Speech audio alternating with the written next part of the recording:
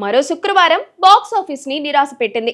వారం వారం కొత్త సినిమాలు రావడం, వాటిపై బాక్స్ ఆఫీస్ ఆశలు పెట్టుకోవడం, వసూళ్లు మాత్రం అంతంత మాత్రంగా ఉండడం కొన్ని వారాలుగా మామూలైపోయింది. సంక్రాంతి తర్వాత బాక్స్ ఆఫీస్ ని కుదిపేసిన హిట్టే లేదు.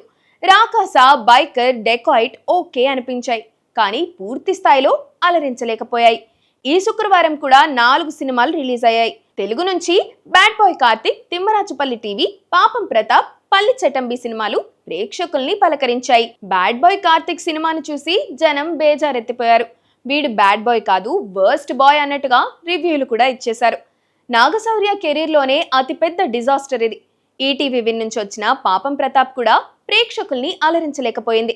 ఈ సినిమాకు కూడా నెగిటివ్ రివ్యూలు వచ్చేశాయి. దర్శకుడు నమ్ముకున్న పాయింటే పూర్తిగా తేలిపోవడంతో సినిమా ఏమాత్రం ఆకట్టుకోలేకపోయింది. ఇక పల్లి చటంబి సినిమాని పట్టించుకునేవారే లేరు. ఇది డబ్బింగ్ సినిమా అవడం, ప్రచారం కూడా చేసుకోకపోవడం మైనస్లు. ఇక కిరణ్ అబ్బవరం నిర్మాతగా రూపొందించిన తిమ్మరాజుపల్లి టీవీకి యావరేజ్ మార్కులు పడ్డాయి.